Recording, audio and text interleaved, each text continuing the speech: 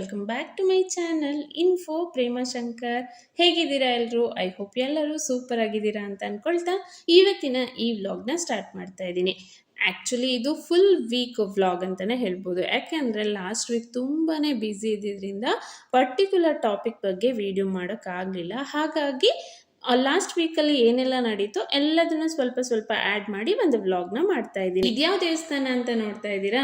ದಾವಣಗೆರೆ ಜಿಲ್ಲೆ ಹರಿಹರ ತಾಲೂಕಿನಲ್ಲಿರುವಂಥ ಹರಿಹರೇಶ್ವರ ದೇವಸ್ಥಾನ. ತುಂಬಾನೇ ಚೆನ್ನಾಗಿದೆ ಈ ದೇವಸ್ಥಾನ ನೋಡೋದಕ್ಕೆ. ಹಾಗೆಯೇ ಹಳೇ ಕಾಲದಲ್ಲಿ ನಿರ್ಮಿಸಿರುವಂಥದ್ದು. ಸೊ ಈ ಕೆತ್ತನೆ ಎಲ್ಲ ನೋಡಿದ ತಕ್ಷಣ ಗೊತ್ತಾಗ್ಬಿಡತ್ತಲ್ವ ಇದು ಹಳೆ ಕಾಲದ ದೇವಸ್ಥಾನ ಅಂತ ಹೇಳಿ. ಹಾಗೆಯೇ ಇಲ್ಲಿರುವಂಥ ದೇವರ ವಿಶೇಷತೆ ಏನು ಅಂದರೆ, ದೇವರ ಮೂರ್ತಿ ಇದೆ ಅಲ್ವಾ, ಆ ಮೂರ್ತಿಯ ಬಲಭಾಗದಲ್ಲಿ ಶಿವನ ಅವತಾರ, ಹಾಗೆ ಎಡಭಾಗದಲ್ಲಿ ವಿಷ್ಣುವಿನ ಅವತಾರ ಇದೆ.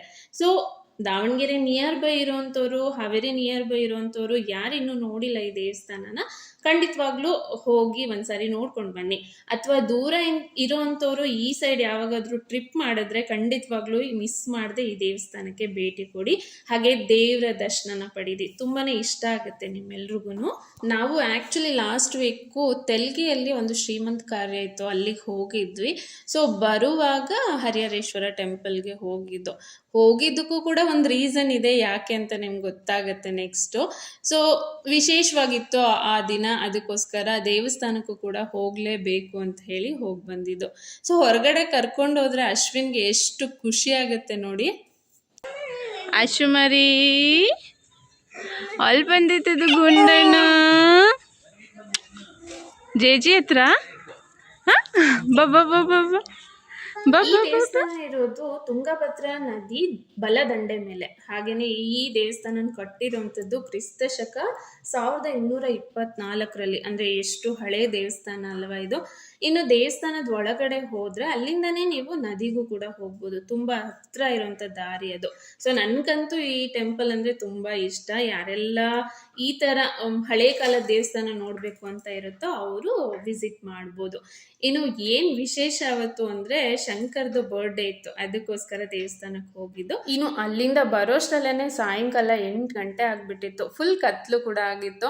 ಬಂದ ತಕ್ಷಣ ಈ ರೀತಿ ಚಿಕ್ಕದಾಗಿ ಕೇಕ್ ಕಟ್ಟಿಂಗ್ ಮಾಡಿದ್ವಿ. ಅಚ್ಚು ಅಲ್ಲಿಂದ ಬರುವಾಗ್ಲೇನೆ ಮಲಗ್ಬಿಟ್ಟಿದ್ದ, ಬಟ್ ಕೇಕ್ ನೋಡಿದ ತಕ್ಷಣನೇ ಫುಲ್ ಎಚ್ಚರ ಆಗ್ಬಿಟ್ಟ. ನೋಡಿ ಎಷ್ಟು ಆಕ್ಟಿವ್ ಆಗಿದ್ದಾನೆ.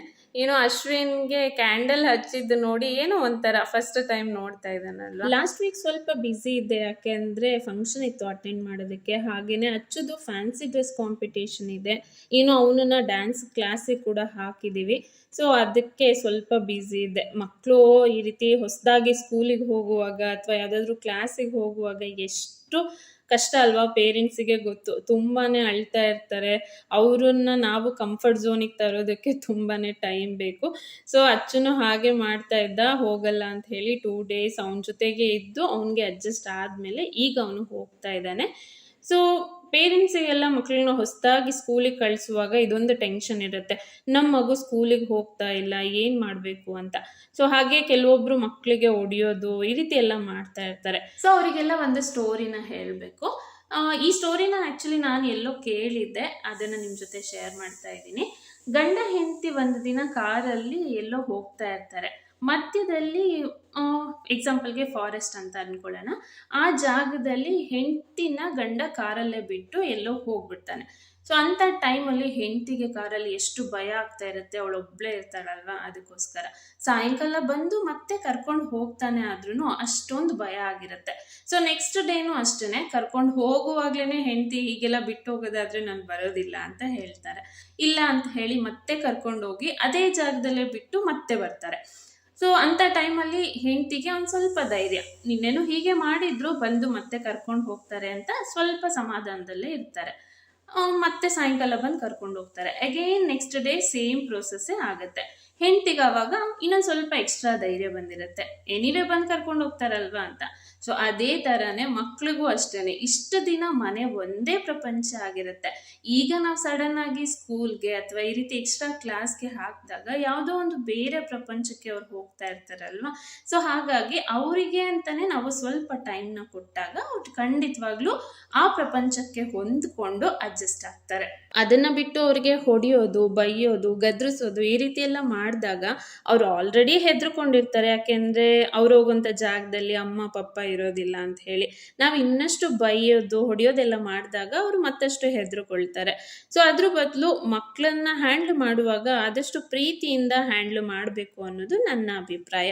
ಇನ್ನು ಅಚ್ಚುದು ಫ್ಯಾನ್ಸಿ ಡ್ರೆಸ್ ಕಾಂಪಿಟೇಷನ್ ಇತ್ತು ಅಂತ ಹೇಳಿದೆ ಅಲ್ವಾ, ಸೊ ಅದಕ್ಕೋಸ್ಕರ ನಾನು ಅವನಿಗೆ ಮ್ಯಾಂಗೋ ಥೀಮನ್ನು ರೆಡಿ ಮಾಡ್ತಾ ಇದ್ದೀನಿ. ಆ್ಯಕ್ಚುಲಿ ಹೊರಗಡೆಯಿಂದ ಡ್ರೆಸ್ನ ತಂದು ಹಾಕಿ ಕಳಿಸ್ಬೋದಿತ್ತು, ಬಟ್ ಟೈಮ್ ಇದ್ದಾಗ ನಾವೇ ಅವ್ರ ಜೊತೆ ಈ ರೀತಿ ಕೂತ್ಕೊಂಡು ಅವ್ರ ಜೊತೆ ಸ್ವಲ್ಪ ಟೈಮ್ನ ಸ್ಪೆಂಡ್ ಮಾಡ್ತಾ ಈ ರೀತಿ ಎಲ್ಲ ಎಕ್ಸ್ಟ್ರಾ ಆ್ಯಕ್ಟಿವಿಟಿ ಮಾಡಿದಾಗ ಅವ್ರಿಗೂ ಕೂಡ ಒಂದು ಕ್ರಾಫ್ಟ್ ಬಗ್ಗೆ ಇಂಟ್ರೆಸ್ಟ್ ಬರುತ್ತೆ.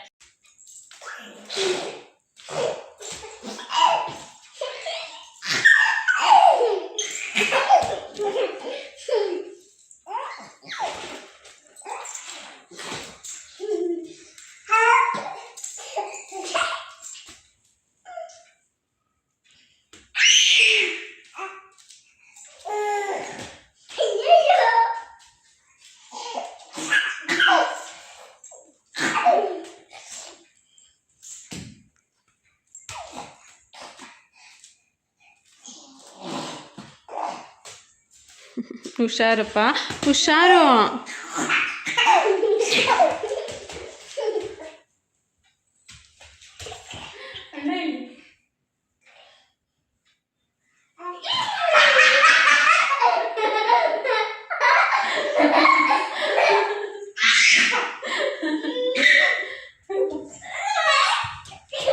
ಅವನು ತುಳಿತೀನಿ.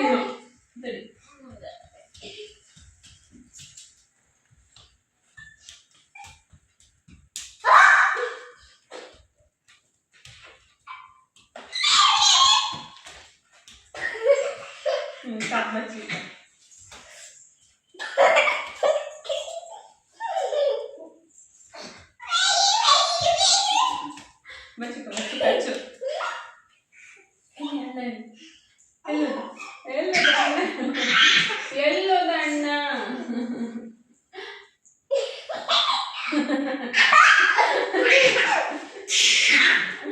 ನಾವೆಲ್ಲ ಮೊದಲು ಸ್ಕೂಲಿಗೆ ಹೋಗುವಾಗ ಏನು ಮಾಡ್ತಿದ್ವಿ ಹೇಳಿ, ಈ ರೀತಿಯೇ ಪೇಪರ್ಗಳನ್ನೆಲ್ಲ ಅಥವಾ ಬಟ್ಟೆಗಳನ್ನೆಲ್ಲ ಹರಡ್ಕೊಂಡು ನಮಗೆ ಸ್ಕೂಲಲ್ಲಿ ಏನಾದರೂ ಹೇಳಿದ್ರೆ ಅದನ್ನೆಲ್ಲ ಮಾಡ್ಕೊಂಡು ಹೋಗ್ತಿದ್ವಿ. ಆವಾಗೆಲ್ಲ ಎಲ್ಲಿ ನಾವು ಅಂಗಡಿಯಿಂದ ತಂದು ಮಾಡೋದು ತುಂಬಾ ಕಡಿಮೆ ಇತ್ತು. ಬಟ್ ಇವಾಗ ಮಕ್ಕಳಿಗೆ ಎಲ್ಲನೂ ಹ್ಯಾಂಡಿಯಾಗಿ ಸಿಗ್ತಾ ಇದೆ. ಹಾಗಾಗಿ ಸುಮ್ಮನೆ ಅಂಗಡಿಗೆ ಹೋಗಿ ತಂದು ಎಲ್ಲನೂ ಯೂಸ್ ಮಾಡ್ತಾ ಇರ್ತಾರೆ. ಬಟ್ ಅದ್ರ ಬದಲು ಈ ರೀತಿ ಮಕ್ಳ ಜೊತೆ ಕೂತ್ಕೊಂಡು ನಾವು ಅವ್ರ ಜೊತೆ ಒಬ್ಬರಾಗಿ ಮಾಡೋದ್ರಿಂದ ಒಂದು ಅವ್ರಲ್ಲಿ ನಾವು ಏನೋ ಒಂದು ಇಂಟ್ರೆಸ್ಟ್ನ ಕ್ರಿಯೇಟ್ ಮಾಡಿದಾಗ ಆಗುತ್ತೆ. ಹಾಗೇನೆ ಅವ್ರ ಜೊತೆ ನಮಗೆ ಕನೆಕ್ಷನ್ ಕೂಡ ಚೆನ್ನಾಗಿ ಬೆಳೆಯುತ್ತೆ. ಸೊ ನೋಡಿದ್ರಲ್ವಾ, ಅಚ್ಚು ಮತ್ತು ಅಶ್ವಿನ್ ಎಷ್ಟು ಕ್ಯೂಟಾಗಿ ಮುದ್ದಾಗಿ ಆಟ ಆಡ್ತಾ ಇದ್ರು ಅಂತ ಹೇಳಿ. ಸೊ ಒಬ್ಬರು ಇರೋ ಬದಲು ಈ ರೀತಿ ಇಬ್ಬರು ಇದ್ದಾಗ ಚೆನ್ನಾಗಿ ಆಟ ಆಡ್ಕೊಳ್ತಾರೆ. ಆದರೆ ಸಣ್ಣ ಮಕ್ಳಿಗೆ ಏನು ಪ್ರಾಬ್ಲಮ್ ಅಪ್ಪ ಅಂದರೆ ಅವ್ರಿಗೆ ನಿದ್ದೆ ಕರೆಕ್ಟಾಗಿ ಆಗೋದಿಲ್ಲ. ಈ ದೊಡ್ಡ ಮಕ್ಕಳು ಅವ್ರು ಕರೆಕ್ಟಾಗಿ ಮಲಗೋ ಟೈಮ್ಗೆ ಏನಾದರೂ ಗಲಾಟೆ ಮಾಡಿ ಎಬ್ಬಿಸ್ಬಿಡ್ತಾರೆ. ಬಟ್ ಅಚ್ಚುಗೆ ಆ ಥರ ಆಗ್ತಾ ಇರಲಿಲ್ಲ. ಅವನಿಗೆ ನಿದ್ದೆ ಕರೆಕ್ಟಾಗಿ ಆಗ್ತಿತ್ತು. ಅಶ್ವಿನ್ಗೆ ನಿದ್ದೆದೇ ಒಂದು ಸ್ವಲ್ಪ ಪ್ರಾಬ್ಲಮ್ಮು.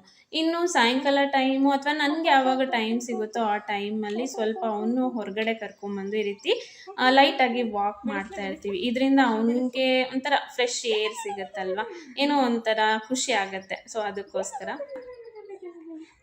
ನಗದೆ ನಗದು ನಗದೆ ನಗದು ನಗದೆ ನಗದು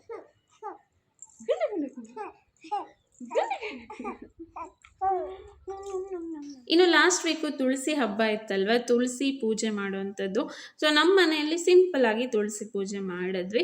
ಆ್ಯಕ್ಚುಲಿ ಈ ಪೂಜೆನ ದಾವಣಗೆರೆಯಲ್ಲಿ ತುಂಬ ಚೆನ್ನಾಗಿ ಮಾಡ್ತಾರೆ. ಎಲ್ಲರೂ ಮಾಡ್ತಾರೆ ಅಂತ ಅಲ್ಲ, ಯಾರ ಮನೆಯಲ್ಲೆಲ್ಲ ತುಳಸಿ ಗಿಡ ಇರುತ್ತೋ ಅವರು ಈ ಪೂಜೆ ಮಾಡುವಂಥದ್ದು.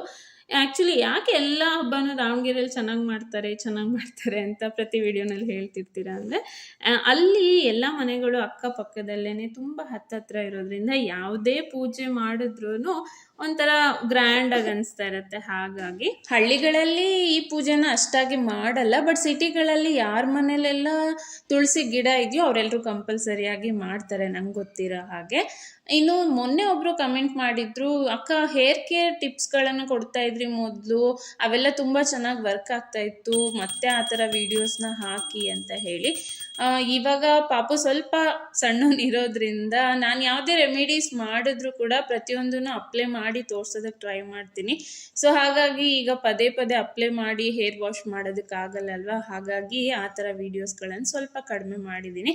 ಬಟ್ ಪ್ಲ್ಯಾನ್ಸ್ ಇದೆ, hair care tips, beauty tips, ಜೊತೆಗೆ ಈ ರೀತಿ ಪೇರೆಂಟಿಂಗ್ ಟಿಪ್ಸ್ಗಳನ್ನು ವ್ಲಾಗ್ಸ್ ಎಲ್ಲ ಇನ್ಕ್ಲೂಡ್ ಮಾಡೋಣ ಅಂತ ಹೇಳಿ. ಇನ್ನು ನೋಡಿದ್ರಲ್ವಾ, ಪಾಪುನ ಹಿಡ್ಕೊಂಡು ಎಷ್ಟೆಲ್ಲ ಟೈಮ್ ಮಾಡಿಕೊಂಡು ಫ್ಯಾನ್ಸಿ ಡ್ರೆಸ್ಗೆ ಎಲ್ಲನೂ ಪ್ರಿಪೇರ್ ಮಾಡಿದೆ. ತುಂಬ ಚೆನ್ನಾಗಿ ಬಂದಿದೆ ಔಟ್ಪುಟ್ಟು. ಬಟ್ ಅಲ್ಲಿ ಕರ್ಕೊಂಡು ಹೋದ ತಕ್ಷಣವೇ ಅಚ್ಚು ಯಾಕೋ ಅಳೋದಕ್ಕೆ ಶುರು ಮಾಡ್ದ. ಸೊ ಅದು ಸ್ವಲ್ಪ ಹೊತ್ತಷ್ಟೇ, ಅದಾದಮೇಲೆ ಆ್ಯಕ್ಟಿವ್ ಆಗೇ ಇದ್ದ, ನೀಟಾಗಿ ಪಾರ್ಟಿಸಿಪೇಟ್ ಕೂಡ ಮಾಡ್ದ ಫ್ಯಾನ್ಸಿ ಡ್ರೆಸ್ಸಲ್ಲಿ. ಅವರು ಎಷ್ಟು ಚೆನ್ನಾಗಿ ಹೇಳ್ತಾರೆ ಅನ್ನೋದಕ್ಕಿಂತ ಅವ್ರಿಗೆ ಸ್ಟೇಜ್ ಫಿಯರ್ ಹೋಗಬೇಕು ಅನ್ನೋದೇ ಮೇಯ್ನ್ ಅಲ್ವಾ. ಸೊ ಫ್ಯಾನ್ಸಿ ಡ್ರೆಸ್ ಮುಗಿದ್ಮೇಲೆ ನೆಕ್ಸ್ಟ್ ಡೇ ಪಾಪುಗೆ 5th ಮಂತ್ ಫೋಟೋಶೂಟ್ ಮಾಡಿದೆ. ಫಸ್ಟ್ 4 ಫೋಟೋಶೂಟ್ನು ಆಲ್ಮೋಸ್ಟ್ ಎಲ್ಲರೂ ನೋಡಿದ್ದೀರಾ. ಇನ್ನು ಯಾರೆಲ್ಲ ನೋಡಿಲ್ವೋ ವಿಡಿಯೋ ಕೆಳಗಡೆ ಡಿಸ್ಕ್ರಿಪ್ಷನಲ್ಲಿ ಆ ವಿಡಿಯೋಸ್ ಲಿಂಕ್ ಹಾಕಿರ್ತೀನಿ, ನೋಡಿ. ಈ ರೀತಿ ಫೋಟೋಶೂಟ್ ಮಾಡೋದನ್ನು ನೋಡಿದ್ರೆ ತುಂಬ ಜನ ಪೇರೆಂಟ್ಸಿಗೆ ಆಸೆ ಇರುತ್ತೆ ನಮ್ಮ ಮಕ್ಳದ್ದು ಫೋಟೋಶೂಟ್ ಮಾಡಬೇಕು ಅಂತ ಹೇಳಿ, ಬಟ್ ಐಡಿಯಾ ಇರೋದಿಲ್ಲ. ಈ ರೀತಿ ಫೋಟೋಶೂಟ್ ಮಾಡಿರೋದನ್ನ ನೋಡಿದ್ರೆ ಅವ್ರಿಗೂ ಒಂದು ಐಡಿಯಾ ಬರುತ್ತೆ. ಅವರು ಕೂಡ ಅವ್ರ ಮಕ್ಳದ್ದು ಇನ್ನೂ ಕ್ರಿಯೇಟಿವ್ ಆಗಿ ಫೋಟೋಸ್ನ ಕ್ಲಿಕ್ ಮಾಡ್ಕೋಬೋದಲ್ವ, ಹಾಗಾಗಿ ಇದನ್ನೇ ಶೇರ್ ಮಾಡೋದು. ಆ್ಯಕ್ಚುಲಿ ಈ ಮಂತದ್ದು ಥೀಮ್ ಏನು ಅಂದರೆ ದೀಪಾವಳಿ ಹಬ್ಬ ಇತ್ತಲ್ವ, ಹಾಗಾಗಿ ದೀಪಾವಳಿ ಥೀಮಲ್ಲೇ ಫೋಟೋಸ್ ಕ್ಲಿಕ್ ಮಾಡೋಣ ಅಂತ ಹೇಳಿ ಇಷ್ಟೆಲ್ಲ ಅರೇಂಜ್ ಮಾಡ್ಕೊಂಡಿರೋದು. ಎಲ್ಲದನ್ನು ಕೂಡ ನೀಟಾಗಿ ಪೇಪರಲ್ಲಿ ಕಟ್ ಮಾಡ್ಕೊಂಡಿದ್ದೀನಿ. ಏನೇನು ಬೇಕು ಅಂತ ನನ್ನ ಮೈಂಡಲ್ಲಿ ಬಂತು ಅದಷ್ಟನ್ನು ನೀಟಾಗಿ ಕಟ್ ಮಾಡಿಕೊಂಡು ಈಗ ಅರೇಂಜ್ ಮಾಡ್ತಾ ಇರೋವಂಥದ್ದು.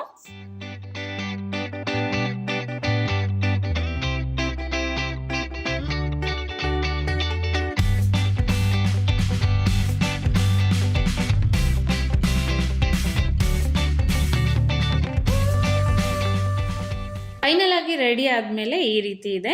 ಆ್ಯಕ್ಚುಲಿ ಇದನ್ನು ನಾನು ಇನ್ಸ್ಟಾಗ್ರಾಮ್ ರೀಲ್ಸ್ಗೋಸ್ಕರ ಶೂಟ್ ಮಾಡಿರೋಂಥ ವಿಡಿಯೋ.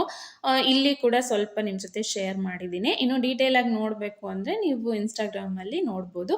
ಸೊ ಯಾರೆಲ್ಲ ಇನ್ನೂ ನನ್ನ ಇನ್ಸ್ಟಾಗ್ರಾಮಲ್ಲಿ ಫಾಲೋ ಮಾಡ್ತಾ ಇಲ್ಲೋ ಪ್ಲೀಸ್ ಫಾಲೋ ಮಾಡಿ, ಅದರ ಲಿಂಕನ್ನು ಮೇಲ್ಗಡೆ ಕೊಟ್ಟಿರ್ತೀನಿ. ಅದರಲ್ಲಿ ನನ್ನ ಲೈಫ್ ಅಪ್ಡೇಟ್ಸ್ಗಳ ಜೊತೆ ತುಂಬ ಚೆನ್ನಾಗಿರೋಂಥ ರೀಲ್ಸ್ಗಳನ್ನು ಶೇರ್ ಮಾಡ್ತಾ ಇರ್ತೀನಿ. ಹಾಗೆಯೇ ಅಶ್ವಿನ್ ಮತ್ತು ಅಚ್ಚು ಇಬ್ಬರು ಡೀಟೇಲ್ಸ್ಗಳನ್ನು ಕೂಡ, ಅವರ ಫನ್ ವೀಡಿಯೋಸ್ಗಳನ್ನು ಕೂಡ ಹಾಕ್ತಾ ಇರ್ತೀನಿ. ಖಂಡಿತವಾಗ್ಲೂ ನಿಮ್ಗೆಲ್ರಿಗೂ ಇಷ್ಟ ಆಗುತ್ತೆ. ಹಾಗೆ ನೀವೇನಾದರೂ ಇದೇ ಫಸ್ಟ್ ಟೈಮ್ ಈ ಚಾನಲ್ ವಿಡಿಯೋ ನೋಡ್ತಾ ಇದ್ದರೆ ಪ್ಲೀಸ್ ಸಬ್ಸ್ಕ್ರೈಬ್ ಮಾಡಿಕೊಂಡು ಪಕ್ಕದಲ್ಲಿರುವಂಥ ಬೆಲ್ ಐಕಾನನ್ನು ಕ್ಲಿಕ್ ಮಾಡಿ. ನಾನು ಶೇರ್ ಮಾಡುವಂಥ ವೀಡಿಯೋಸ್ನಲ್ಲಿ ನಿಮಗೆ ಸ್ವಲ್ಪನಾದರೂ ಇನ್ಫಾರ್ಮೇಷನ್ ಸಿಗುತ್ತೆ. ಹಾಗಾಗಿ ಇನ್ನು ಈ ವಿಡಿಯೋ ನಿಮಗೆ ಸ್ವಲ್ಪನಾದರೂ ಇಷ್ಟ ಆದರೆ ಮಿಸ್ ಮಾಡದೆ ವಿಡಿಯೋನ ಲೈಕ್ ಮಾಡಿ, ನಿಮ್ಮ ಫ್ರೆಂಡ್ಸ್ ಮತ್ತು ಫ್ಯಾಮಿಲಿ ಮೆಂಬರ್ಸ್ ಜೊತೆಗೂ ಕೂಡ ಶೇರ್ ಮಾಡಿ. ಸೊ ಇಷ್ಟೆಲ್ಲ ಟೈಮ್ ತೊಗೊಂಡು ಇದನ್ನೆಲ್ಲ ಅರೇಂಜ್ ಮಾಡಿದೆ ಅಲ್ವಾ. ಅರೇಂಜ್ ಮಾಡಿದ್ಮೇಲೆ ಅದನ್ನು ಕೆಡ್ಸೋದಕ್ಕೆ ಯಾರಾದರೂ ಒಬ್ಬರು ಇರಲೇಬೇಕಲ್ವ. ಸೊ ನೋಡಿ ಎಷ್ಟು ನೀಟಾಗಿ ಅರೇಂಜ್ ಮಾಡಿರೋದನ್ನು ಒಂದು 10 ಫೋಟೋಸ್ ಕ್ಲಿಕ್ ಮಾಡಿದ ತಕ್ಷಣ ಈ ರೀತಿ ಮಾಡಿ ಎಲ್ಲದನ್ನು ಕೆಡಿಸ್ಬಿಟ್ಟ.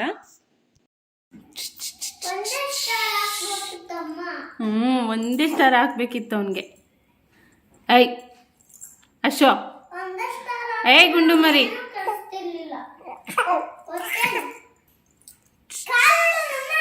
ನೋಡೋಣ ಏನದು ನೀ ಮಾಡಿದೆಲ್ಲ ಕೆಡಿಸಿ.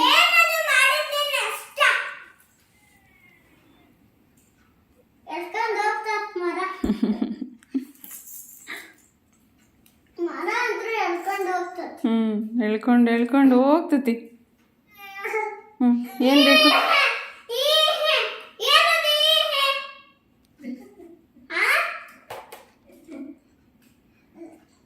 ಏ